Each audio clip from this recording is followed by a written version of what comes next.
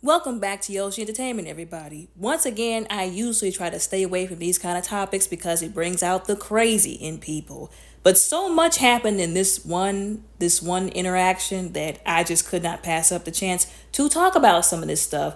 So this guy named Ethan, who was a part of the H3 podcast on YouTube, wherever it is, decided to bring Fresh and Fit on, and they talked about some stuff. And there are people who have a certain kind of issue with Ethan. I haven't really heard very much of him, didn't know of him until just recently when this popped up. This podcast, this YouTube video has gotten 1 million views in less than a week. So like I said, a lot of people have viewed it. He brought up some very valid points that he tried to confront Fresh and Fit over. Of course, everybody knows how those kind of confrontations usually go, even when it's, pretty tame. Everybody's trying to be respectful. I'm not going to sit up here and lie to y'all. This man made the both of them look absolutely ridiculous. That's just the truth of the matter. And we'll explain that later in this video. If they've learned anything, it's probably how to respect and how to have a long-term healthy relationship with a woman that you can call your wife and have a family with. How do you get a wife, Ethan?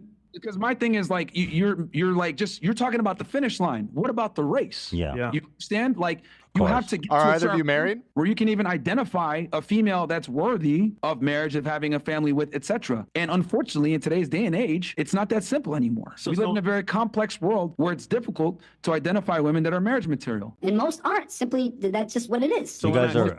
All right. If you guys' method is so good, why aren't you married? Again, Because men are the ones that decide if they want to get married. choice. So you choose not to be married. Yes, because men are the You're- one. We're the gatekeepers to marriage and commitment. Women are the gatekeepers to sex. Right. And you're 34, right, Myron? Yes. And do you plan on getting married someday? Do you think it's important? Eventually, the nuclear family is the backbone to any thriving society.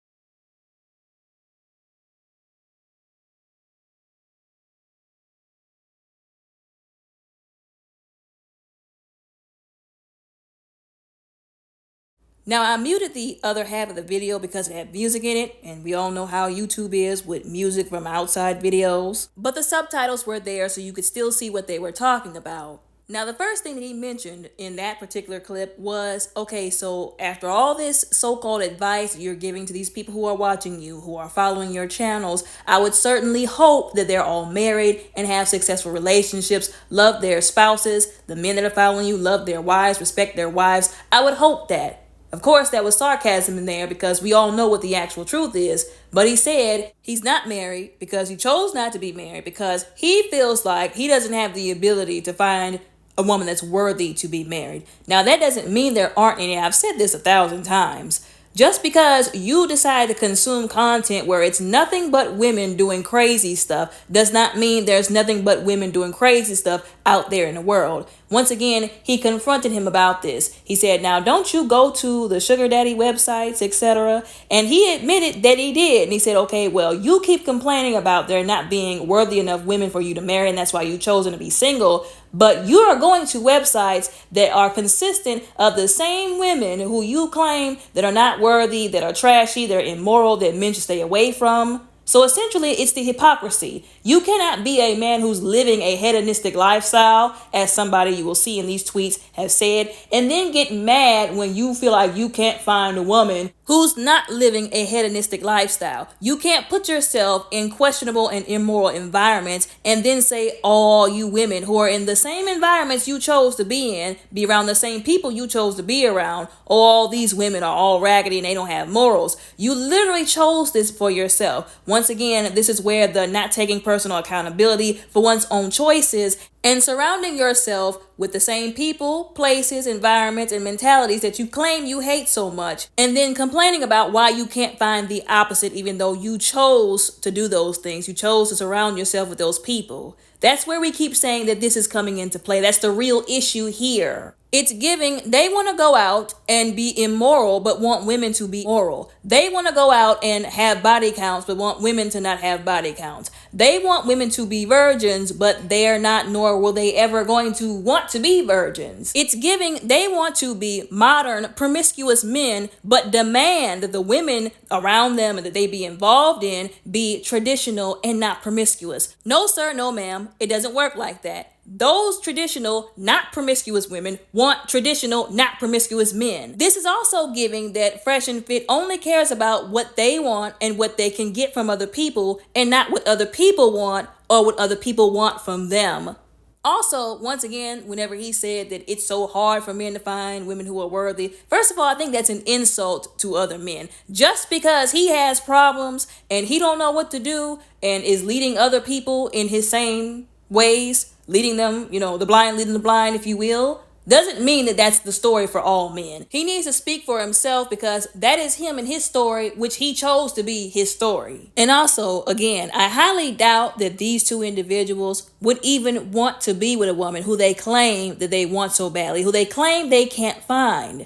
The two of them, if there was a woman today who came up to them who was traditional, who was like, hey, I'm not going to work, I'm just going to have kids, cook, clean the house, whatever. I'm going to be submissive. I'm going to wear dresses down to my ankles, my toes. My entire body is going to be covered up. I want to be able to see where I'm going. I'm going to take walking by faith and following you as the head of the household to the extreme. They would not want to be with her. They would reject her because that is not what they want. I've said this before. It's the textbook example of how somebody will claim that they cannot stand a certain type of person of the opposite gender. They say, oh, these are the worst kind of people to be in a relationship with. You shouldn't be in a relationship with them. You shouldn't screw around with them. Then they go and get somebody who, once again, they have been saying was the one you're supposed to be getting, was worthy of a relationship, only to cheat on them with the people that they said they couldn't stand, they didn't like, was not good enough for them. Low-key, ain't that what Derek Jackson pulled? Talked about how he wanted a godly woman that was going to do the right thing, that was going to not wear makeup and don't have the caked up face, have kids for him, only to dog her out and treat her poorly and break her mentally and emotionally behind closed doors while she sat at home doing nothing but being his wife, while he was out in the streets chasing the same women he said he couldn't stand, the one with the fake boobs and the fake butts, all the makeup and lipstick and the hair and the nails. That's what F and F are giving. That's what they've been giving. Anyways, stepping aside from some of that, once again, it's the hypocrisy for me. It's the refusal to accept their own accountability, which only helps you as a person grow to be better, more mature, a better you.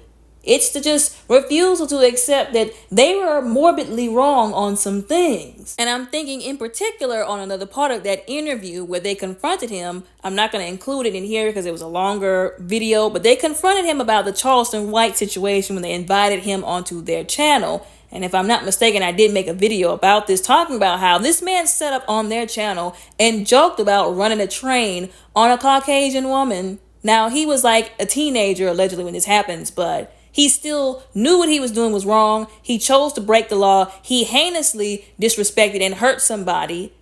He needed to be in prison the moment that happened. He told them, y'all brought your friend over there, Charleston White, and he said some very disturbing things. And y'all, the way they threw that man under the bus and hurried up and said that was not our friend, you would have thought it was a reenactment of Peter denying Jesus 3 times. So he said, okay, fine, not your friend, your guest who you brought on there. He stood up there and he said this, that he did this heinous act, and y'all laughed. And they did laugh. They stood up there talking about choo-choo, and they giggled and they cackled like hyenas. Then they tried to cover themselves by saying, or we laughed because we couldn't believe he said that on our platform. But that's a load of hogwash to me, because if you were that disturbed, like if they were actually disturbed by what he said and also shocked by what he said, not just shocked and surprised, but actually disturbed, they would have shut him down right in that moment, man to man. They would have said, bro, we don't joke about stuff like that. First of all, you can't even talk about that on YouTube. We're going to have to save that for Rumble. But even still, we don't joke about stuff like that. We don't laugh about stuff like that. They would have shut him down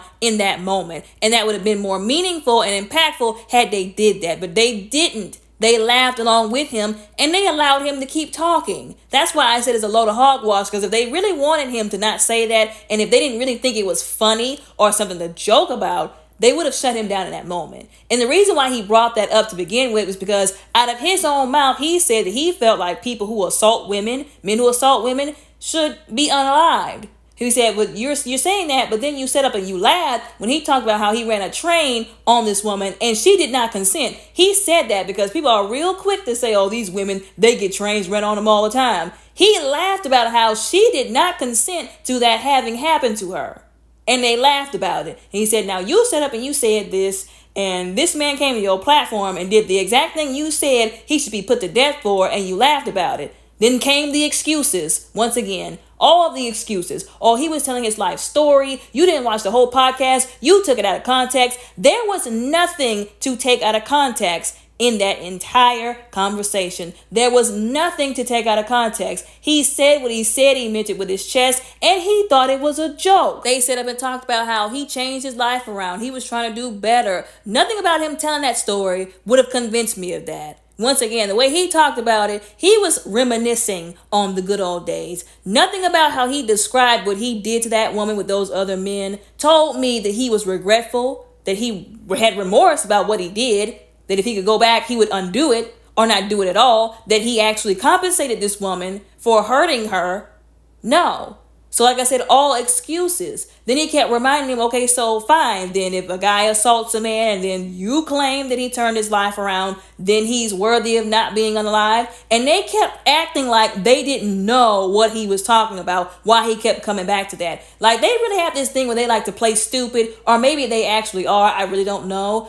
But they kept saying, oh, well, that's not what we said. We never said those things. We mentioned that he turned his life around. He said, no, that's not what you said to begin with. The first thing out of your mouth when we confronted you was you felt like people who assault women should be unalive. You didn't say if they were teenagers. You didn't say, oh, well, the laws are different for teenagers than they are with, adults. And if that's the case, well, then why don't we just let all of our children and teenagers just plummet into the streets and run amok with crime? Why not then just let them go out and unalive people here and there and do whatever other heinous crimes, since they're just children?